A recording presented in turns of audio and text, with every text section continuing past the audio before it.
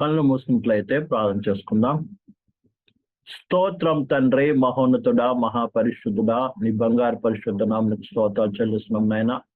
ఈ రాత్రికాల సమయంలో ప్రభు మరోసారి నా ప్రియమైన తండ్రి యవనస్తుల బైబిల్ స్టడీలో ప్రభు తండ్రి మా అందరినీ సమకూర్చిన విధానం బట్టి స్తోత్రాలు చెల్లిస్తున్నాం నాయన. రావాల్సిన ప్రతి బిడ్డను సగం నడిపించి వచ్చిన బిడ్డను బట్టి వందనాలు. పవిత్ర ఆత్మదేవ, నీవే ఒకరితో మాట్లాడి ఒకరిని బలపరిచి ధైర్యపరిచి విశ్వాసంలో పరిశుద్ధిలో నీ చిత్తంలో ప్రభు వెంబడించుట్లో కృప దయచేయమని నా గొప్ప చేసుకోమని అల్పినను మరుగుపరిచి నీ వాక్యం ప్రత్యక్షపరచమని యేసునామములో ప్రార్థిస్తున్నాం తండ్రి, ఆమేన్. దేవుని పరిశుద్ధ నామమునకు మహిమ కలుగును. ప్రియమైన బిడ్డలారా, ప్రభు ప్రేమించి మరి ఇచ్చినటువంటి గొప్ప సమయాన్ని బట్టి నేను ఎంతగానో దేవునికి వందనాలు చెల్లిస్తుంటున్నాను. మనము మెస్సయ్య కీర్తనలోంచి మనం నేర్చుకుంటూ వస్తున్నాం. ప్రియమైన బిడ్డలారా, మెస్సయ్య కీర్తనలో మరి 41వ అధ్యాయంలో మనము ఉన్నాం. దాంట్లో ఉన్నటువంటి యొక్క మరి విషయాన్ని అనగా ప్రవచన రీతిగా చెప్పబడినటువంటి యొక్క మాటలను మనం ధ్యానిస్తూ వస్తున్నాం. కీర్తన గ్రంథము 41వ అధ్యాయము ప్రియమైన బిడ్డలారా 9వ వచనాన్ని మనము చదువుకుందాం. కీర్తన గ్రంథము 41వ అధ్యాయము 9వ వచనాన్ని మనం చదువుకుందాం. ప్రియమైన బిడ్డలారా, నేను నమ్ముకొనిన నా వితుడు నా ఇంట భోజనము చేసిన వాడు నన్ను తన్నుటకై తన మడిమెనెత్తెను.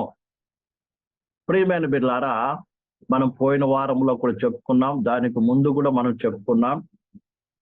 దేవుడు కొన్నిసార్లు మరి జీవితంలో మన వ్యక్తిగత జీవితంలో జరిగిన సంఘటన ద్వారా కూడా ప్రియమైన బిడ్డలారా ప్రవచన రీతిగా ఆయన తెలియపరచుటకు సమర్థవంతుడు.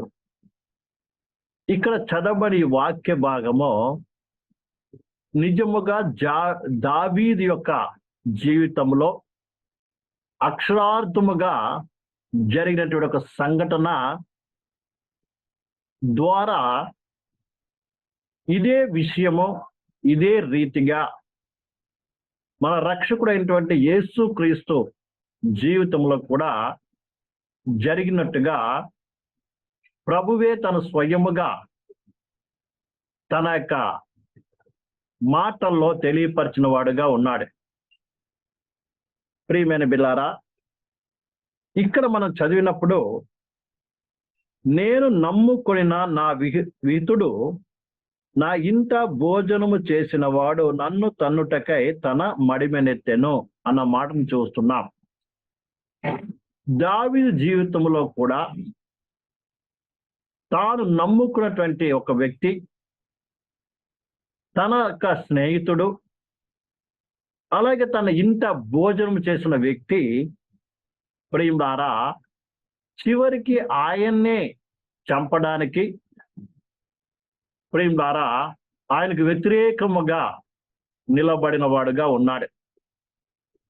ఆయనే అహీతోపెలు. దీనికి ముందు అతని గురించి చెప్పుకున్నాం. ఈ అహీతోపెలు అనేటువంటి వ్యక్తి ఎవరు అని మనము పరిశీలన చేసినట్లయితే మనము 2వ సమూయేలు గ్రంథంలో మనం చదువుతాం.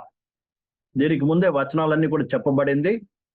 ప్రియులారా, దాన్ని మీరు వివరంగా చదివినట్లయితే 2వ సమూయేలు గ్రంథం 15వ అధ్యాయము 16వ అధ్యాయాల్లో, అలాగే 1 దినవృత్తాంతములో ప్రియుల 27వ అధ్యాయంలో కూడా ఈ అహీతోపెలును మనం చూస్తూ ఉంటాం. అహీతోపెలు అంటే ప్రియమైన బిడ్డలారా ఫూలిష్ అంటే జ్ఞానహీనుడు అని అర్థం కూడా ఇస్తూ ఉంది. ఈ అహీతోపెలు ఎవరు అంటే ప్రియమైన బిడ్డలారా మనం జాగ్రత్తగా వాక్యంలో పరిశీలన చేసినట్లయితే ఈయన ప్రియులారా దావీదు యొక్క మంత్రి వర్గంలో ఒక మంత్రి అయి ఉన్నాడు. అర్థమైందండి? దావీదు యొక్క మంత్రి వర్గంలో ఒక మంత్రి అయి ఉన్నాడు. మంత్రియే కాకుండా దావీదు పరిపూర్ణముగా నమ్మినటువంటి వ్యక్తి. ఈయనొక్క మాటలంట అంటే ఈ అహీతోపెలు ఏదైనా ఒక మాట చెప్తే అది దేవుని వాక్కుగా నమ్మేటువంటి వాడంట. దావీదే కాదు, అబ్షలోము కూడా నమ్మేటువంటి వాడంట. కొన్ని కావాలంటే 2 సమూయేలు గ్రంథము 16వ అధ్యాయము 2 సమూయేలు గ్రంథము 16వ అధ్యాయము ప్రియమైన బిల్లారా, 2 సమూయేలు గ్రంథము 16వ అధ్యాయము 23వ వచనం చదువుదాం. 23. ఆ దినములలో అహీతోపెలు చెప్పిన ఏ ఆలోచన అయినను ఒకడు దేవుని యొద్ద విచారణ చేసి పొందిన ఆలోచన అయినట్టుగా ఉండెను. దావీదు అబ్షలోమును దాని అట్లే ఎంచుచుండెరి. అహీతోపెలు ఏ రీతిగా నమ్మాడు అంటే, దావీదు అతడు ఏదైనా ఒక ఆలోచన చెప్పినప్పుడు ఇది దేవుడు చెప్పిన మాటలు అని నమ్మేటువంటి వాడంట. అంత నమ్మకం కలిగిన వ్యక్తి. అర్థమైందండి? అలాంటి వ్యక్తి ప్రియమైన బిడ్డలారా, మంచి జ్ఞానము కలిగిన వ్యక్తి. మామూలు వ్యక్తి కలిగిన ఎవరు? మంచి జ్ఞానము కలిగిన వ్యక్తి. ఈయన ఏదైనా చెప్తే వెంటనే రాజు అయిన దావీదు వెంటనే దాన్ని ఏం చేసేవాడు? ఇంప్లిమెంట్ చేసేవాడు. వెంటనే దాన్ని జరిగించేటువంటి వాడు. ఎదురు ప్రశ్నలు లేకుండా ఏం చేసేవాడు? ప్రేమ. ఇంత చక్కటి ప్రియమైన నమ్మకం కలిగిన వ్యక్తిగా ఈ అహీతోపెలు దావీదు దగ్గర ఉంటున్నాడండి. అయితే ఎప్పుడైతే దావీదు వ్యతిరేకముగా అబ్షలోము ఎదురు తిరిగి దావీదుకు వ్యతిరేకముగా తను తాను రాజుగా ప్రకటించుకొని యెరూషలేమును మరి ఏం చేయడం ఆక్రమించుట కొరకు వస్తున్నప్పుడు దావీదు యెరూషలేమును విడిచిపెట్టి బయలుదేరి అరణ్యంలోకి వెళ్ళిపోవటం జరుగుతుంది. అరణ్యంలోకి వెళ్ళిపోయాడు. అతనితో పాటు ఎంతో మంది సైనికులు, నమ్మకమైన వారు, ఎంతో మంది దావీదును ప్రేమించేటువంటి వారు, మొదటి నుంచి ఉన్నటువంటి వారు అందరూ కూడా దావీదుతో పాటు, దావీదు కుటుంబ సభ్యులతో పాటు ఏమయ్యారు? అరణ్యంలోకి వెళ్ళిపోయారు. అలాంటి యొక్క పరిస్థితిలో ఈ అహీతోపెలు అంత నమ్మకమైన వ్యక్తి, ఒక రీతిగా ఈయనకి బంధువు ఏ రీతిగా అంటే, ఈయన బెత్షెబా యొక్క తాత అవుతాడు. ఎవరంటే ఈయన ఎవరు? బెత్షెబాకి ఏమవుతాడు? ఈయన తాత అవుతాడు. ఒక రీతిగా దావీదు కూడా తాత వరసే అనుకుందాం. ఎందుకంటే బెత్షెబా ఎవరంటే దావీదు యొక్క భార్య. అర్థమవుతుందండి?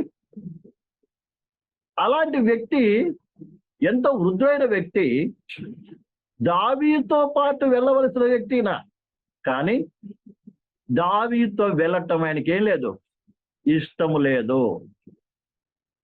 దావీదుని ఏం చేశాడు? ఒకవేళ దావీదు ఒకటి వెళ్తే, ప్రియమైన బిడ్డలారా, దావీదు వెళ్తే ఏమవుతుంది? అరణ్యములో కొంచెం దావీదు అంటాడు, నేను ఎక్కడికి పోవాలో గమ్యము తెలియనటువంటి రీతిగానే ప్రయాణం చేస్తున్నాను కాబట్టి నాతో నువ్వు రావద్దని కొంతమంది చెప్తాడు. ముఖ్యంగా మనం చదివినట్లయితే ఆయన పేరు ఏం పేరు అంటే, ప్రియమైన బిల్లారా, ఒక వ్యక్తి అంటాడు.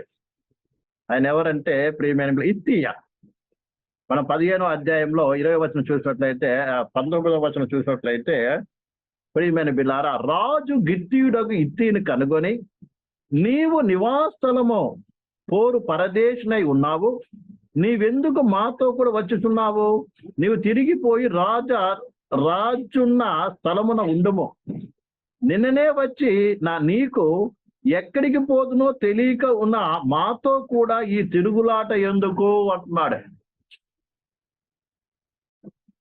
ఇలాంటి పని వెళ్తున్నప్పుడు ప్రియులారా, ఎంతో మంది దావీదును ప్రేమించిన వెంబడిస్తే, దావీదు బంధువుడు, నమ్మకమైన వ్యక్తి, స్నేహితుడు లాంటి స్నేహితుడు, ఒక మంత్రి, అలాగే ఈయన ఆలోచనలు అంటే దేవుని మాటలతో సమానంగా ఇచ్చేటువంటి దావీదు నువ్వేం చేశాడంటే వెంబడించకుండా, అర్థమైందండి, రాజభోగం అనుభవించుట కొరకు. ఎందుకంటే ఒకవేళ దావీదు వెళ్ళాడు అనుకోండి, ఈయన సుఖం అంతవరకు రాజ ప్రస్థానంలో అనుభవిస్తున్నటువంటి యొక్క అనేక రకాల సుఖ సంతోషాలు ఏం చేయాలి? వదులుకోవాలి. ఒకటి. రెండో, తర్వాత దావీదు తిరిగి వస్తాడో లేక అబ్షలోము ద్వారా చంపబడతాడో ఏ మాత్రం గ్రహించినటువంటి వ్యక్తిగా ఉన్నాడు. అందుకే ఈ రాజ ప్రస్థానమును విడిచిపెట్టడానికి ఇష్టపడక ఏం చేశాడంటే దావీదును విడిచిపెట్టి అబ్షలోము పక్షమును చేరాడండి. అబ్షలోము పక్షం ఉండి అబ్షలోముకు దావీదును చంపడానికి ఆలోచన చెప్పిన వాడుగా ఉన్నాడు. అదే కాకుండా మరొక దుర్మార్గమైన ఆలోచన, పాప సంబంధమైన ఆలోచన ఇచ్చాడు. ఎవరికి? అబ్షలోముకి. అది ఏంటిదంటే దావీదు 10 మంది ఉపపత్నులను ఆ రాజ ప్రస్థానంలో ఉంచి వెళ్ళాడండి.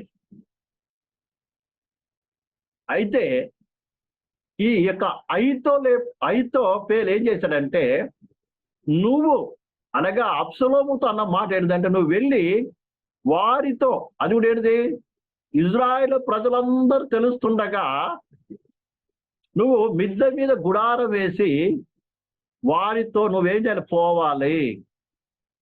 అప్పుడు ఇజ్రాయేల్ ప్రజలందరూ కూడా ఏం చేస్తారు? నిజంగా నువ్వు దావీదుకి వ్యతిరేకమైన వ్యక్తి అని తెలుసుకొని నీ మీద పరిపూర్ణంగా నమ్మకం పెడతారు.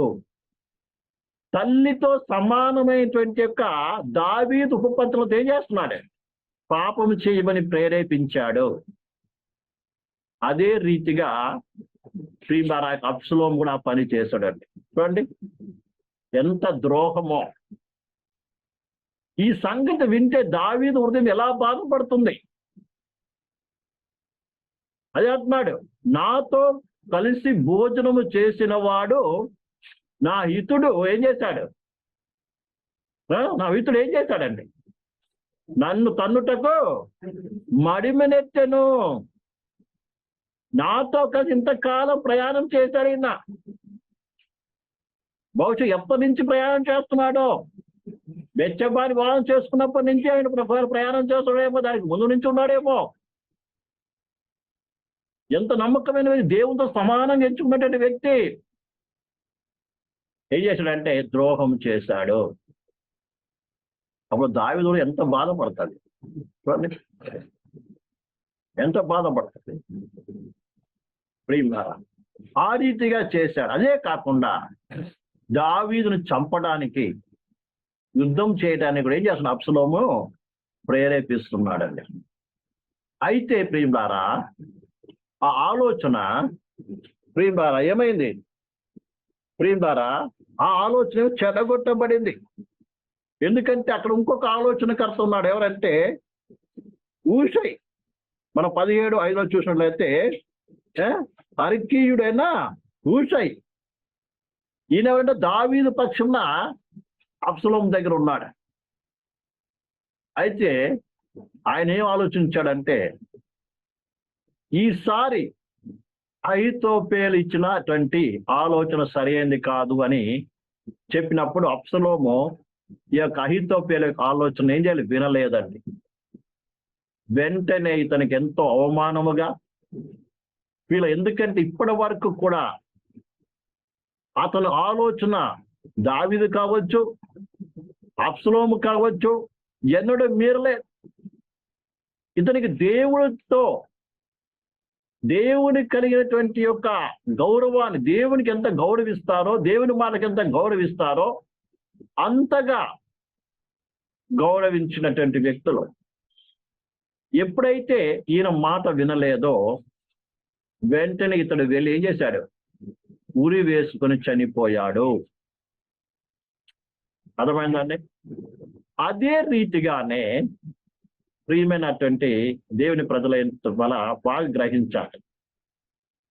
ఇదే రీతిగా మన రక్షకుడైనటువంటి యేసు ప్రభు జీవితంలో కూడా జరిగింది. యేసు ప్రభుకి ఎంతో ఇష్టమైన వ్యక్తి. మనం పోయినసారి చూసుకున్నాం మార్కు సువార్త. ప్రియమైన బిడ్డలారా, మార్కు సువార్త 3వ అధ్యాయము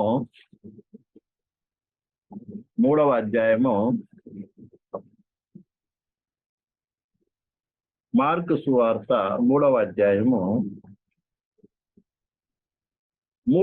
13వ వచనం చదువుదాం.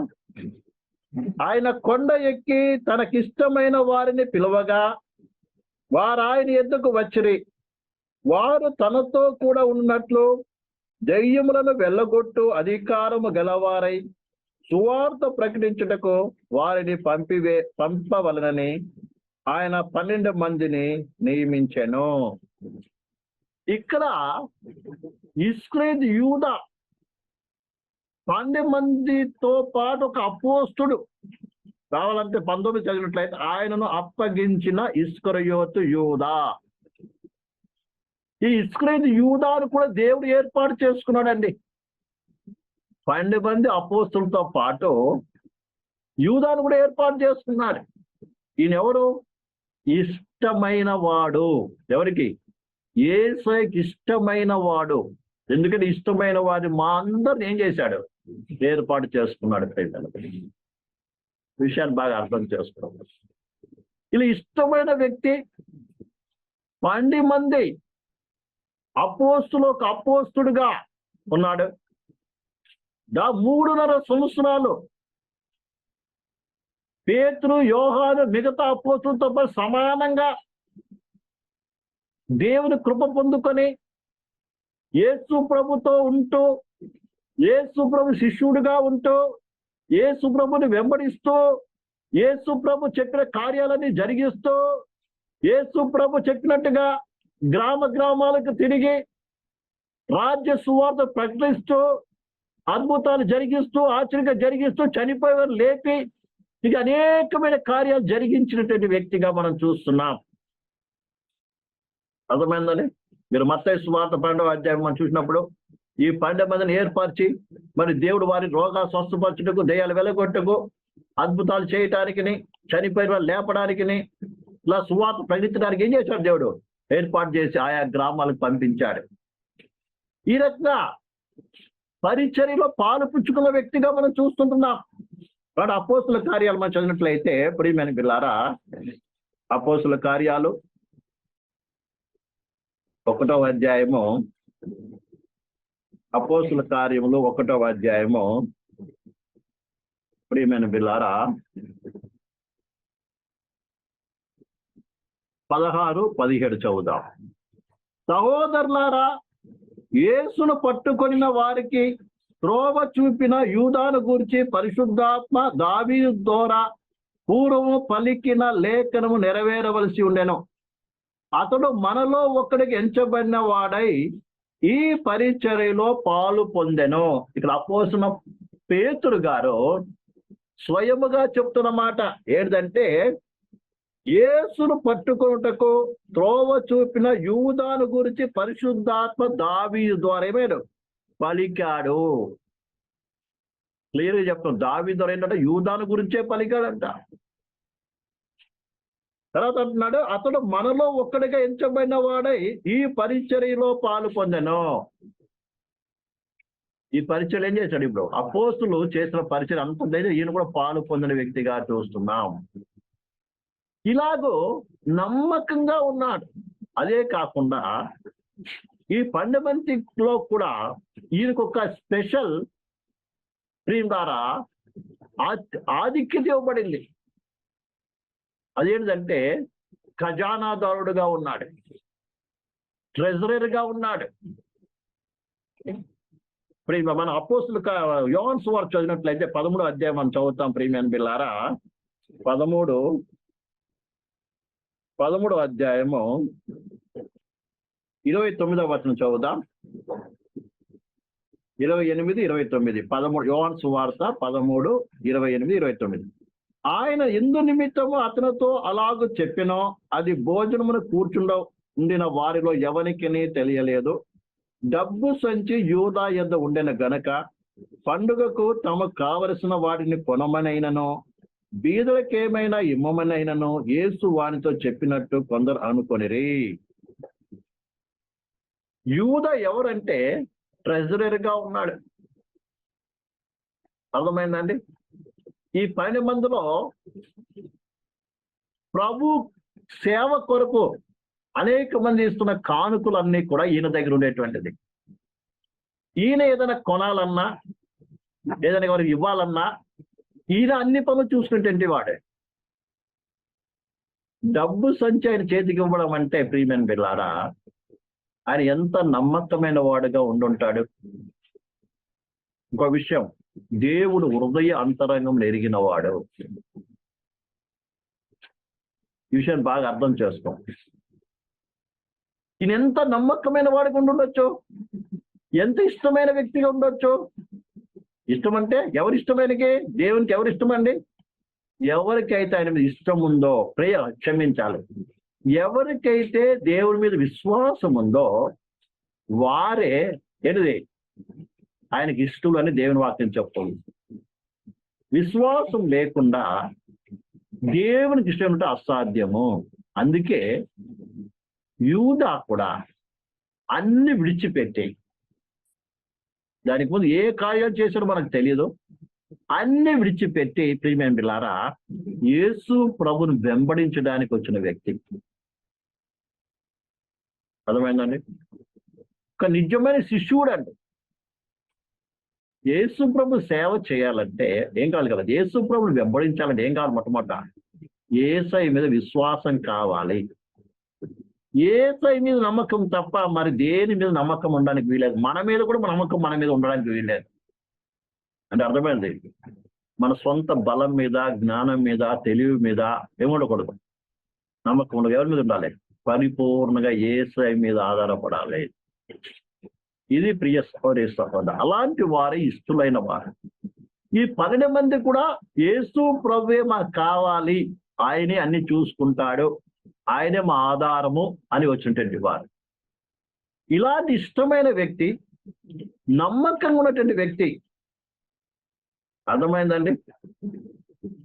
కానీ ఏం జరిగింది? ప్రేమ ఏం జరిగింది? మెల్లిగా అతను ఏమొచ్చింది కదా, ధనాపేక్ష రావటం ప్రారంభమైనది. అర్థమైందా? మెల్లిగా తనకి ఇవ్వబడిన ధనాన్ని ఏం చేయడం ప్రారంభించాడు? దొంగిలించడం ప్రారంభించాడు. అయితే ప్రియమైన బిడ్డలారా, ఈ డబ్బు సంచి అతనిలో ఉండటము, అతని దగ్గర ఉన్నప్పుడు మెల్లిమెల్లిగా అతనికి ఏమొచ్చింది తెలుసా? ఆ డబ్బు మీద అపేక్ష వచ్చింది. అర్థమైందండి? కొంచెం ఏం చేయడం ప్రారంభించాడు? దొంగిలించడం ప్రారంభించాడు. చివరికి ధనాపేక్ష ఏం చేసిందంటే యేసు ప్రభుకే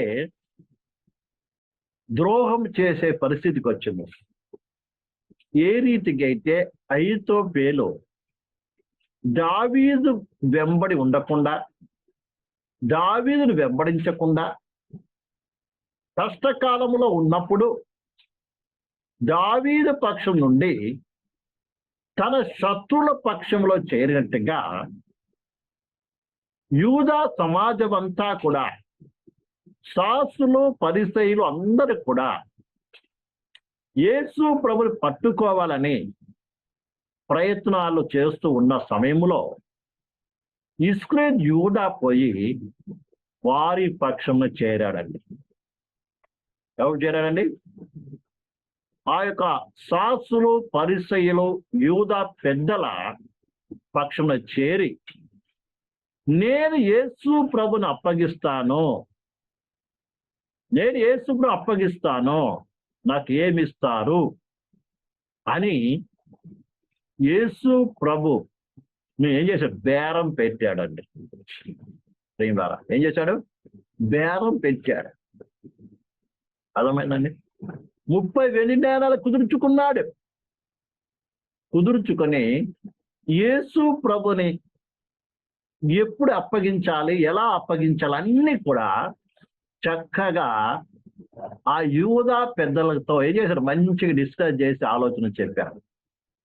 అహితోఫెలు ఏ రీతిగా క్షమించాలి, అహితోఫెలు ఏ రీతిగా అయితే దావీదును పట్టుకోవడానికి అబ్షలోముకి ఆలోచన చెప్పాడో ప్రియమైన బిడ్డలారా, అదే రీతిగానే ఇస్కరియోతు యూదా యేసు ప్రభు అప్పగించడం కొరకు సమయాన్ని, సందర్భాన్ని, అన్ని ఆలోచన ఏం చేశాడు, ఆ యూదా పెద్దలకు ప్రియమారా చెప్పిన వాడుగా ఉంటున్నాడు.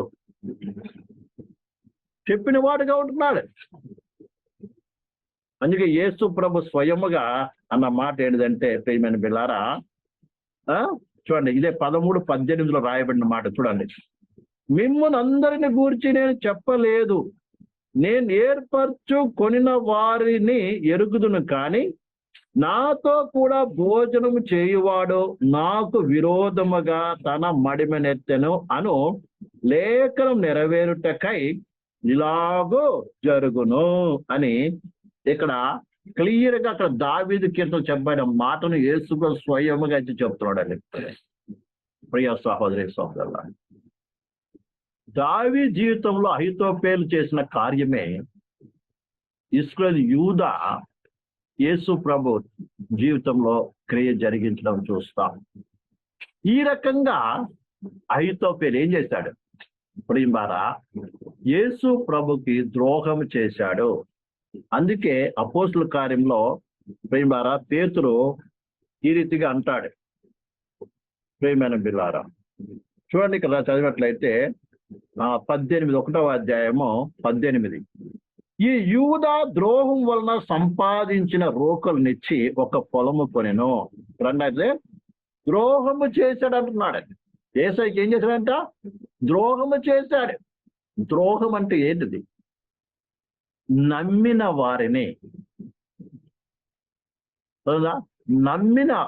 వారిని సమయము చూసి ఏం చేయడం, ప్రియమారా మోసము చేయటం.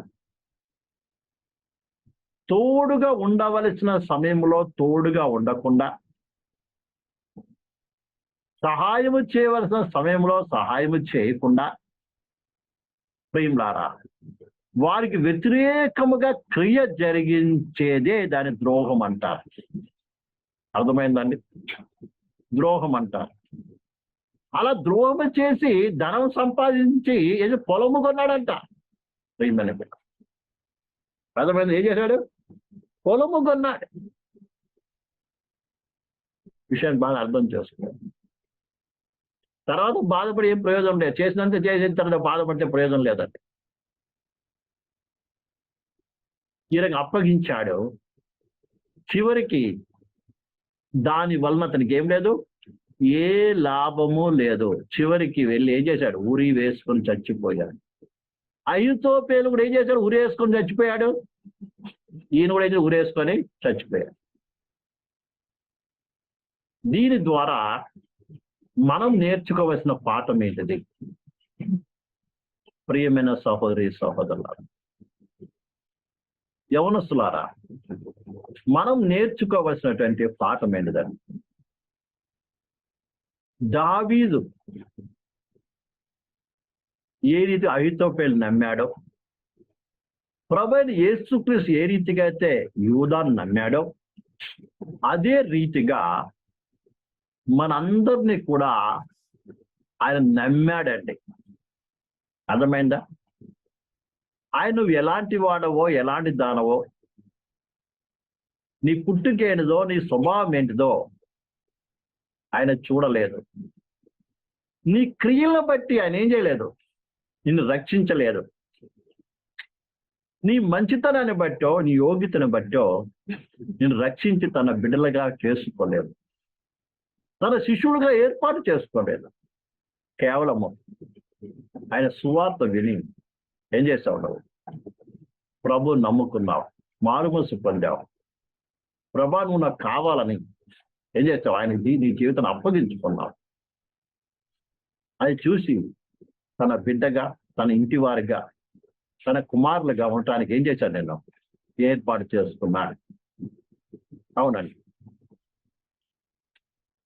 ఏర్పాటు చేసుకున్నాడు.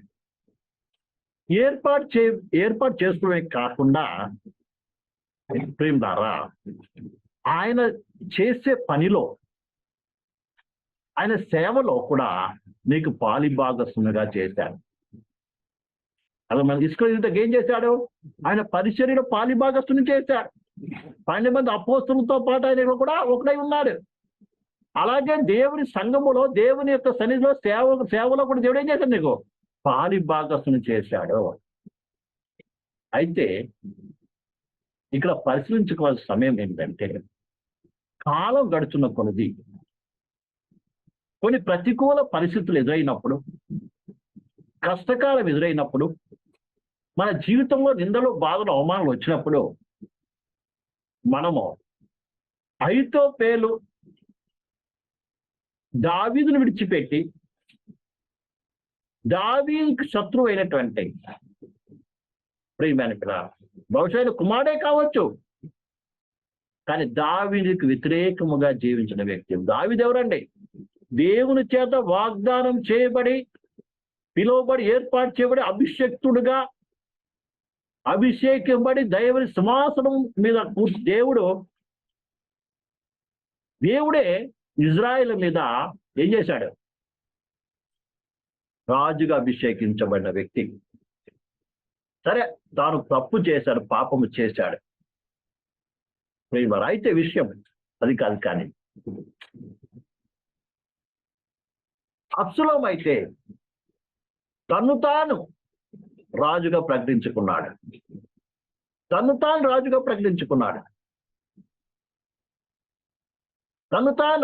కొంత తండ్రికి ద్రోహం చేశాడు. తండ్రిని చంపడానికి ప్రయత్నం చేసిన వ్యక్తి ఆయన పక్షమున ఏం చేశాడు?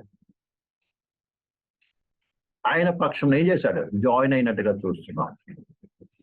ఈ దినాల్లో కూడా అనేక సార్లు యవనస్తులు కావచ్చు, సంఘంలో అనేక మంది విశ్వాసులు కావచ్చు, దేవుని చేత పిలువబడి ఏర్పాటు చేయబడినటువంటి దైవ జనుల పక్షమున నిలబడి వారితో కలిసి మనకు అప్పగించే పరిచర్యలో ఏం కావాలి? పాలు పొందవలసిన వారమే ఉన్నాము. ఒకప్పుడు అలాగే పాలు పొందిన వారముగా ఉన్నాం. హృదయపూర్వకంగా, ప్రేమపూర్వకంగా, దేవునికి ఇష్టకరమైన రీతిగా, అది చిన్న పని కావచ్చు, పెద్ద పని కావచ్చు, దేవునితో కలిసి, దైవజనంతో కలిసి, అభిషక్తులతో కలిసి ఏం చేస్తాం? పరిచర్య చేసిన వారుగా ఉన్నారు. కానీ కాలం గడిచిన కొలది ప్రియమైన సహోదరి సహోదరులారా, మనలో ఉన్న విశ్వాసము, మనలో నమ్మకత్వము, మనలో దైవ భయము, మనలో ఉన్నటువంటి అన్ని ఏమవుతున్నాయి?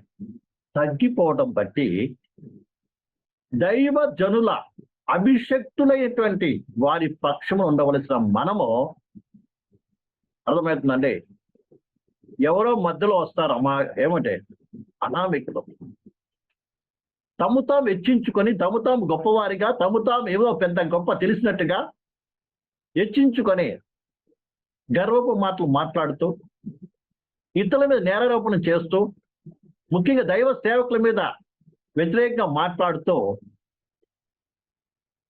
వారిని కించపరిచే పరిస్థితిలో మాట్లాడుతున్న వారి పక్షమును ఏం చేస్తాం? జాయిన్ అయిపోయి ఈ అహీతోపెలు వలె ఏమవుతాం? మనం కూడా ద్రోహం చేయడానికి నడుము కట్టుకుంటాం. ఇది బహు భయంకరమైన పరిస్థితి. బహుశా దావీదులో తప్పు ఉండొచ్చు, కానీ దావీదు తప్పు చేసి ఉండొచ్చు. కానీ ఒక్క విషయం బాగా అర్థం చేసుకోవాలి. దావీదు బలహీనుడు అయినప్పటికీ, పాపం చేసినప్పటికీ, ఆ పాపాన్ని యథార్థం ఒప్పుకున్న శిక్షను కూడా అనుభవిస్తున్న వ్యక్తిగా ఉన్నాడు. కానీ వాళ్ళు చూసింది దావీదుని కాదు. దావీదు వెనుకున్నటువంటి నేను దావీదుతో ఉన్నటువంటి దేవుని చూశారు. అలా ఎంతో మంది గొప్ప సమూహము దావీదు వెంబడి ఎక్కడికి అరణ్యముకు పోతే అరణ్యంలోకి పోయారు. వాళ్ళు కూడా నువ్వే కదా పాపం చేస్తావు, నువ్వే కదా అన్యాయం చేశావు, నువ్వే శిక్ష అనుభవించు, ఓ నీ కర్మ నువ్వు పడతావు అని దావీదు విడిచిపెట్టలేదంట. ఎంతో మంది దావీదు పక్షంలో ఉన్నారు. అర్థమైందండి? కారణం మీద వాళ్ళు చూసిన దావీదు యొక్క దేవుని చూశారు. దావీదు దేవుడు ఏర్పాటు చేయబడిన వ్యక్తి, అభిషేక్తుడైన వ్యక్తి. దావీదు పక్షం దేవుడు ఉన్నాడని చూసి ఏం చేశారు? దావీదు వెంబడి గొప్ప సమూహం వెళ్ళాడు. కానీ ఈ అహితోపేలు మాత్రం ఏం చేశాడంటే, అబ్బో దావీదు వెంబడి పోతే ఏంటిది పరిస్థితి, అరణ్యంలో మళ్ళీ వస్తాడో సస్తాడో మనకు తెలియదు, వాడితో ఎందుకని చెప్పి ఏం చేశాడు? రాజభోగం అనుభవించట కొరతో ఇచ్చకు మాట్లాడుతున్నటువంటి వారితో పాటు కలిసి అబ్షలోము పక్షంన నిలబడ్డాడు. చివరికి అక్కడ కూడా నెమ్మది పొందలేక చివరికి ఏమైనాడు?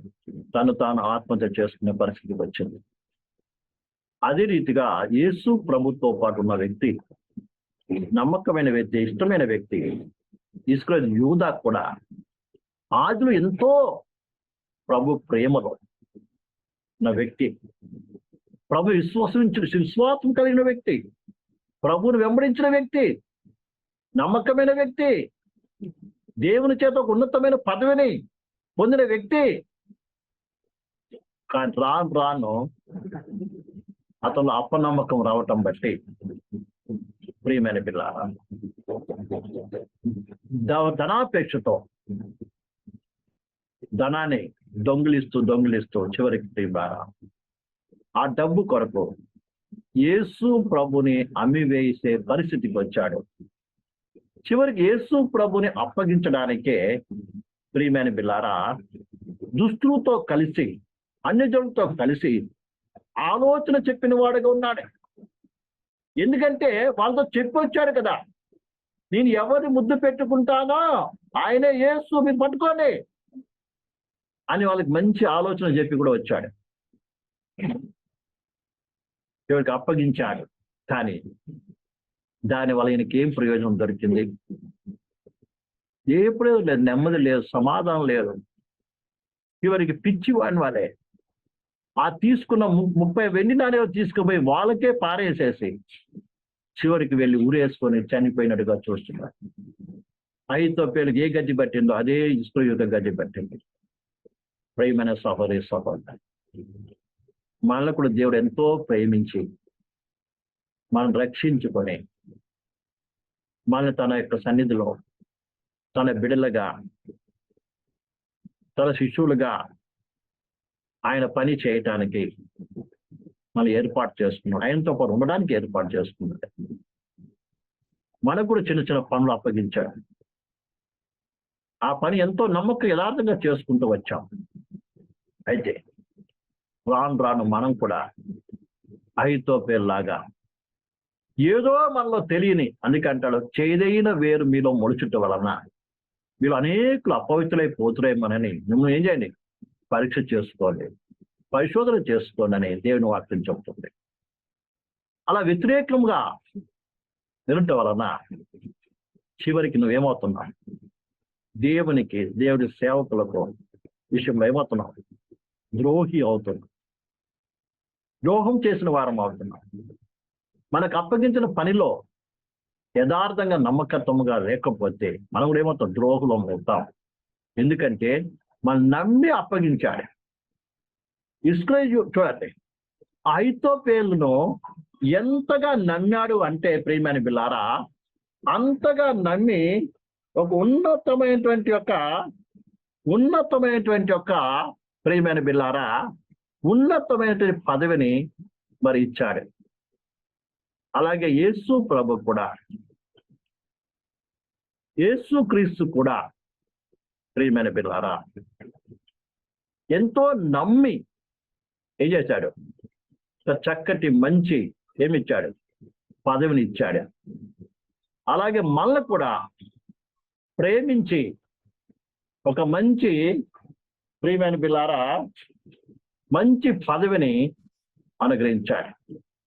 మనకు కూడా ప్రభు ప్రేమించి దేవుని సంఘంలో, దేవుని సన్నిధిలో పరిచయం చేసే భాగ్యాన్ని కూడా మనకు అనుగ్రహించాడు. దాని విషయంలో ఏం కాకూడదు, నమ్మకంగా ఉండాలి. అందుకే నచ్చ వరకు నమ్మకంగా ఉండు అంటున్నాడు. అంతేకాని మనము తీసుకుని యూదా వాళ్ళే ద్రోహులము కాకూడదు. ద్రోహం చేయకూడదు, నమ్మకంగా అంతవరకు కొనసాగు. అలా ఉండటం వల్ల ప్రయోజనం ఏమీ లేదు. ప్రియమైన బిడ్డ, చివరికి అహితోపేలు కలిగినటువంటి పరిస్థితి, ఇశ్రాయేలు కలిగిన పరిస్థితి మనకు కలుగుతుండేమో. అలా కలగకుండా మనం జాగ్రత్త పడదాం. ప్రభు మనతో మాట్లాడుతున్నాడు, మనం ప్రేమిస్తున్నాడు కాబట్టి హెచ్చరిక చేస్తున్నాడు. దాని వల్ల మనం కొన్ని అసమాధానం, దుఃఖము, బాధ అంతే తప్ప మరొకటి కాదు. అందుకని మనం ఎల్లప్పుడూ కూడా యేసు పక్షంలో ఉందాం. దావీదు పక్షంలో అనేక మంది ఉన్నట్టుగా ఆ గుంపులో మనం కూడా ఉందాం. యేసు ప్రభుతో పాటు మిగతా 11 మంది శిష్యులు కూడా ఉన్నట్టుగా మనం కూడా ఉందాం. మన ప్రభు మనం ప్రేమిస్తున్నాడు. మనందరూ ఆ రీతి ఉండమని దేవుడు ఆశపడుతున్నాడు. కాబట్టి ఆయన ఉండడానికి మన జీవితాన్ని అప్పగించుకొని ప్రేమారా ముందుకు సాగుదాం. కాబట్టి ఈ కీర్తనలో ప్రేమైన బిడ్డలారా, ఈ కీర్తన గ్రంథంలో ప్రేమారా ఏ రీతిగా ఈ కీర్తన గ్రంథంలో ఏ రీతిగా దావీదు తాను నమ్మినటువంటి ఒక స్నేహితుడు ద్రోహం చేశాడో ప్రియమైన బిడ్డలారా, అదే రీతిగానే తాను నమ్మినటువంటి శిష్యుడు అంటే ఇశ్రాయేలు యూదా ఏ రీతిగా అయితే ద్రోహం చేశాడో ఆ రీతిగా మనం ఉండకున్నట్లు మనం దేవుని భయభక్తులు కలిగి మనకు అప్పగించినటువంటి, మనకిచ్చిన స్థానంలో, మనకు అప్పగించిన పనిలో అనేది నమ్మకంగా ఉన్నట్లయితే నిత్యముగా దేవుని యొక్క దీవెన ఆశీర్వాదం పొందుతాము. కాబట్టి అటు ఉండడానికి మన జీవితం అప్పగించుకుందాం. కేవలము దావీదు జీవితం జరిగిన సంఘటనే యేసు ప్రభు జీవితంలో జరిగినట్టుగా దాదాపు 1000 సంవత్సరాల క్రితము ప్రవచన రీతిగా ఈ సంఘటన రాయబడి అది అక్షరార్థముగా ప్రేమారా యేసు ప్రభు జీవితంలో నెరవేర్చబడింది. కాబట్టి దీని ద్వారా మనం కూడా సత్యాన్ని గమనించి దేవుడు చెప్పిన ఏ వాక్యము కూడా నిరర్ధకం కాదని, అహితోపేలు జీవితంలో జరిగిన సంఘటన, యేసు ప్రభు జీవితంలో జరిగిన సంఘటన రెండింటిని మనం చూసుకున్నప్పుడు మనము కూడా అలాంటిగా దేవుని ప్రజల పక్షమున, అభిషేక్తుల పక్షమున నిలబడకపోతే, వారి మనకు అప్పగించిన పరిచర్యలో నమ్మకంగా లేకపోతే, అది విశ్వాసం అయినప్పటికీ, దేవుని పరిచయలో పాలు పొందుతున్నప్పటికీ, అది ఏ విషయమైనా సరే ఆయన మనకు అప్పగించిన బోధను గట్టిగా చేయబట్టకపోతే ప్రియమైన పిల్లల నిత్యముగా మనం కూడా నశించిపోవాల్సి వస్తుందేమో. అందుకే దేవుని వాక్యం చెప్పు, అంతం వరకు సహించుకున్న వాడే రక్షింపబడను. అంతం వరకు నేను అప్పగించాను గట్టిగా పట్టుకొనుము అని దేవుని వాక్యం చెప్తుంది. ఆయనకి మనకి ఏదైతే దేవుడు ఇచ్చాడు, మనం ఏదైతే దేవుని బిడ్డగా మనం పొంది ఉన్నామో దాన్ని ఏం చేయాలి? మనం గట్టిగా పట్టుకొని విశ్వాసముతో, నమ్మకంతో ముందుకు సాగుదాం. అది కృపమని దేవుని ప్రార్థిద్దాం. దేవుడి ఈ వాక్యంను దీవించనుగా. కళ్ళు మూసినట్టే ప్రార్థన చేసుకుందాం. దేవుని వాక్యం విన్న ప్రియ సహోదరి సహోదర, ఈ రాత్రికాల సమయంలో దావీదు, అహితోపేలు, అలాగే యేసు ప్రభు, ఇశ్రాయేలు యూదా మన ముందు పెట్టారు. దావీదు జీవితంలో జరిగిన సంఘటన అక్షార్థముగా యేసు ప్రభు జీవితంలో జరిగింది. అదే వాక్యం ఈ దినంన మన ముందు కూడా వచ్చింది. మనం కూడా ఇస్రాయేలు యూదా స్థానంలో మనం ఉన్నాం. కానీ ఇస్రాయేలు యూదా రీతిగా మనము ద్రోహులుగా ఉండకూడదు. మనకిచ్చబడినటువంటి ఇక స్థానంలో, మనకిచ్చిన పనిలో, మనకిచ్చిన రక్షణలో, మనకిచ్చిన ఉపదేశంలో ప్రియమైన సహోదరి సహోదరులారా నమ్మకంగా ఉందాం. అంతవరకు నమ్మకంగా ఉందాం. ఆ నమ్మకతాన్ని కాపాడుకుందాం. అలా ప్రేస్గా నమ్మకం కాపాడుకుందాం. ప్రియ సహోదరి సహోదరు ఈ విషయాన్ని జ్ఞాపకం చేసుకోండి. ఇక్కడ మళ్ళీ ఎక్కడైనా అపనమ్మకత్వము, అవిశ్వాసము, యేసు వ్యతిరేకం ఏంటంటే స్వభావంలో మనం ఉన్నట్టయితే ట్రై చేసుకొని నూతనంగా మరోసారి ఏ స్థితిలో పడిపోతే మా ఆశను జ్ఞాపకం చేసుకొని ప్రభుకు మా చేతికి అప్పగించు, ప్రభు చేతికి అప్పగించుకుందాం. హల్లెలూయా, హల్లెలూయా, హల్లెలూయా, హల్లెలూయా, హల్లెలూయా. నిండు మనస్సుతో ఆయన సేవిద్దాం. నిండు మనస్సుతో సేవిద్దాం. నిండు మనస్సు ఆయన వెంబడిద్దాం. Hallelujah, hallelujah. Thank you father, thank you lord. ఈ రాత్రి కాలం నీ వచనాన్ని బట్టి వందనాలు ప్రభు. ఎవరు నీ బిడ్డలతో మాట్లాడి వందనాలు. మీకు ఇష్టమైన వారుగా, సంపూర్ణ సమర్పణ కలిగిన వారుగా, హృదయపూర్వక నేను అంతవరకు ప్రేమించే బిడ్డలుగా ఒకరిని ఆయుధపరచండి, ఒకరిని బలపరచండి, అభిషేకించండి ప్రభు. సాతాను ప్రతి కుయుక్తి కుట్ర ప్రజలను విడిపించండి. మీ ఆత్మ ద్వారా ఒక్కొక్కరిని బలపరిచి నడిపించమని ఈ రాజ్యం సిద్ధపాటు చేయమని నువ్వు మాకు అప్పగించే నమ్మకం ఉంటుంది. గొప్ప చూపించమని అపవాదికి ఏ మాత్రం చోటు ఇవ్వకున్నట్లు గొప్ప చూపించి గొప్ప చేసుకుని ఎంతో పనులను దీవించుతాను. ఇప్పుడు ప్రతి దీవించి ఇప్పుడు భద్రపరిచి రాజ్యం సిద్ధపాటు చేయించి సాక్షులుగా నిలబెట్టండి. సమస్త మహిమాకంత ప్రణీకరిస్తుంది. ఏ శ్రమలు తండ్రి. ఆమేన్. మన తండ్రి అయిన దేవుని ప్రేమయు కుమారుడైన యేసుక్రీస్తు కృపయు పరిశుద్ధాత్మిక అన్యోన్య సహవాసము కూడిన మనందరికీ లోక సకల పరిశుద్ధులకు కూడా ఆయన రాకడ పర్యంతం తోడే నడిపించిన గాక. ఆమేన్. అందరికీ కూడా యేసుక్రీస్తులో వందనాలు. యేసులో ప్రభువును దీవించిన గాక.